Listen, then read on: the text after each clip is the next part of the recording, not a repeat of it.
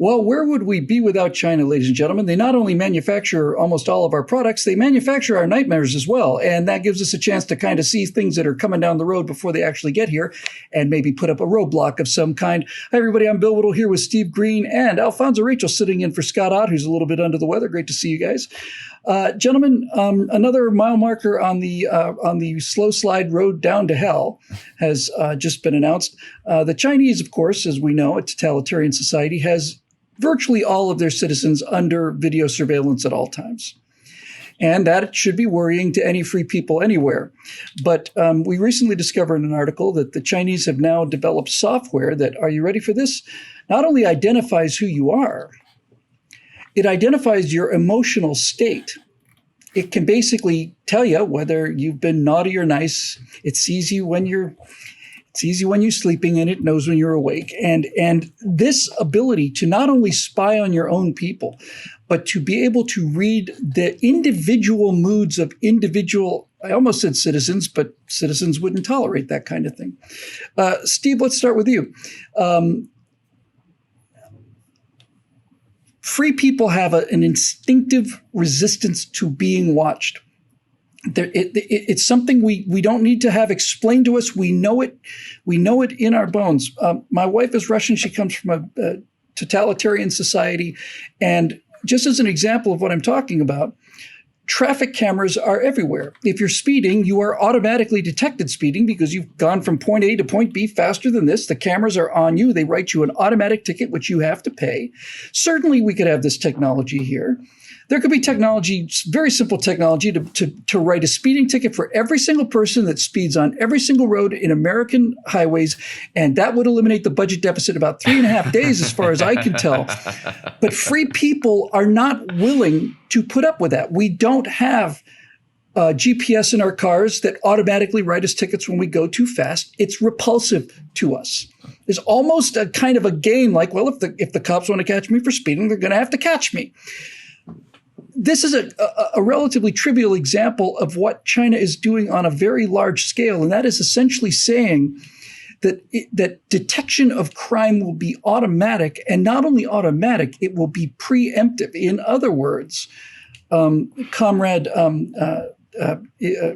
X, Comrade G, is having a speech, and we're watching your reaction to that speech, and you don't seem as happy as you should be.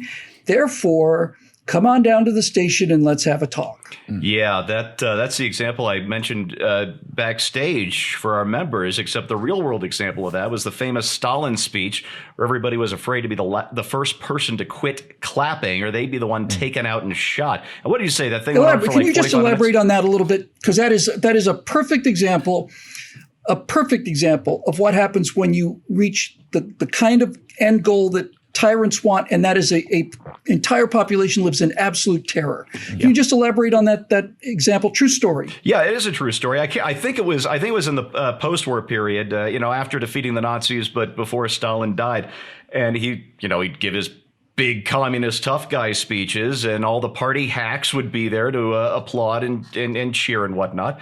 And when the speech was done, everybody rose to their feet and started clapping, and they just kept clapping. So Stalin got older. He got even more paranoid and even more shoot happy, not just with the kulaks and the various ethnic groups that he'd move around and send to the gulags and whatnot, but with his actual party members, even the upper echelons. There's actually a very funny movie about just that. I can't remember the name off the top of my... The Death of Stalin.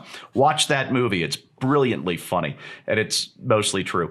And yeah, the first person to stop clapping gets taken out and shot. Everybody claps. Can you imagine your hands after it went on for 40 minutes or something like that? Yeah. I've been to some shows where there have been standing ovations after, and after a couple of minutes, your hands are pretty sore. It's torture. I can't even imagine this going on. And it was to Stalin's delight that people would abuse themselves in this way for his pleasure. That aside, I want to go on a small rant. There are actually like 4.5 Chinas. And I'm really old school about this. I don't like calling Taiwan Taiwan. I like calling it the Republic of China on Taiwan. What we usually call China is the People's Republic of China on the mainland. It's run by awful communists, as opposed to the people in the Republic of China who are just, free, hardworking, wonderful people. And then you've got Hong Kong, which is a former British colony and has certain ideas about individual rights, and really that is an occupied city-state. Macau would be the half. It's a former Portuguese colony, and they kind of do their own thing, but they do it quietly. They're not suffering like Hong Kong has been since last summer when the communist Chinese movement in force. And then you have huge expat Chinese communities all over the world, but especially in Southeast Asia and in some of our cities, and ain't none of them have much good to say about what's going on in Beijing. That said, Bill, you reminded me of one of the most chilling things I'd ever read. I think it was a couple of years ago in the, I want to say it was the South China Daily News or Daily Mail. I can't remember the name of the paper. But it's the big Hong Kong liberty-minded paper, or at least it was up until the last Epoch year Times? or so. Pardon? No, not the Asia Epoch Times. Times? The South China Daily something. Okay. It used to be a very pro-liberty paper, but now they're touting the Beijing line.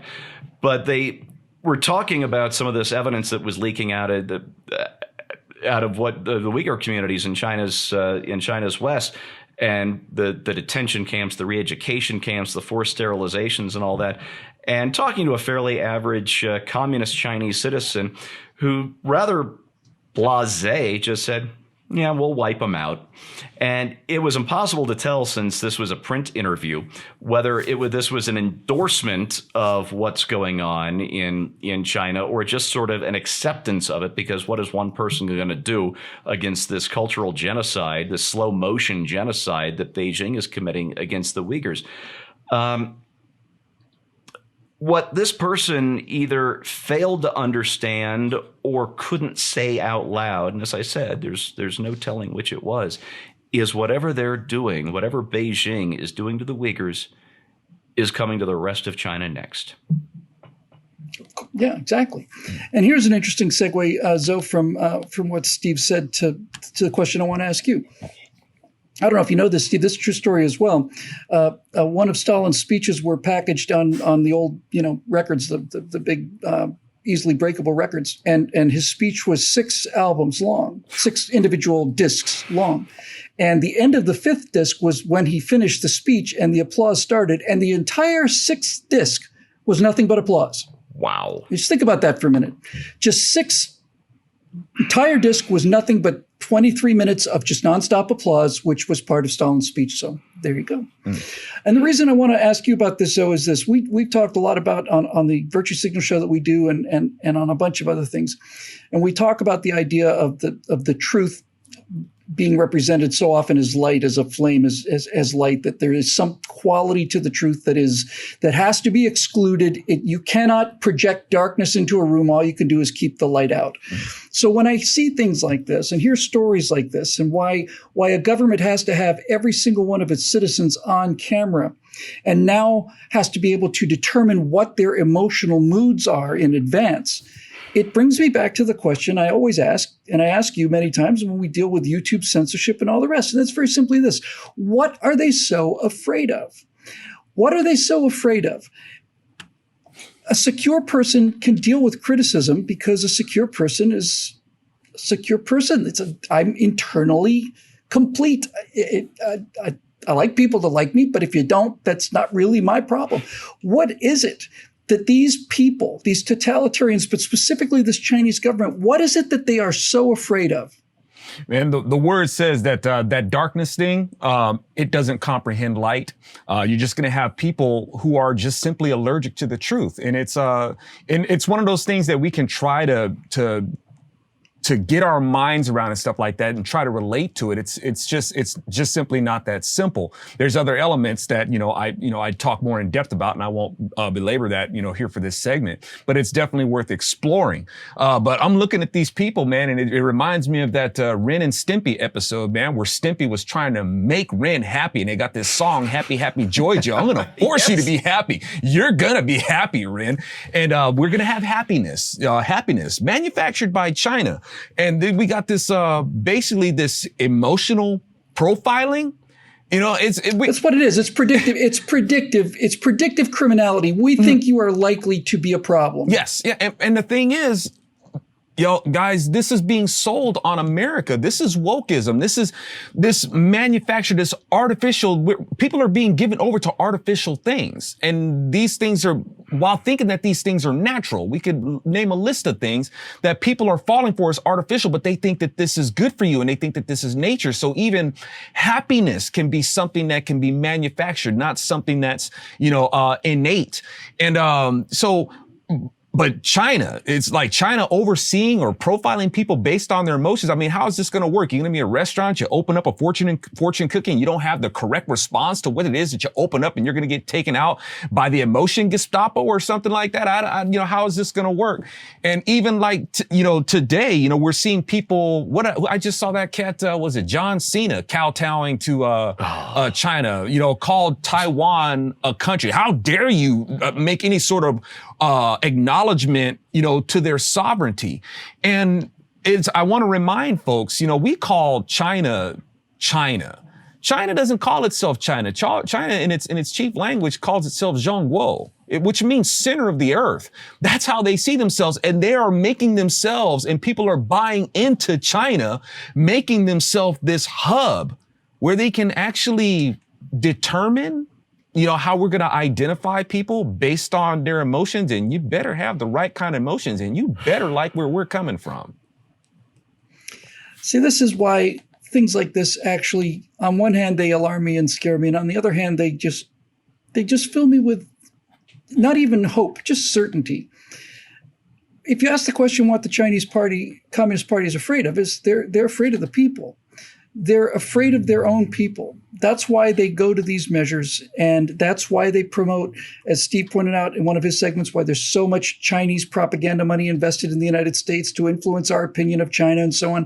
This is why they're so utterly, completely obsessed with controlling the news and the information and so on. If you want to know why China goes through things like videotaping everybody and trying to measure their emotional response, well, the answer is it's the same reason that some 24-year-old on YouTube would cut a Alfonso Rachel video out from people being able to watch. They're both afraid of the same things. They're afraid of the truth because they know on some level that the people they want to control do not agree with them.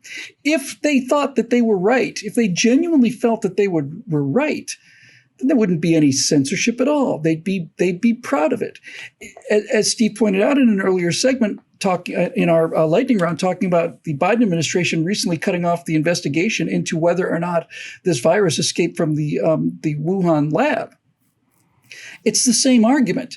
Why would you cut off an investigation if you're convinced that it didn't come from the lab?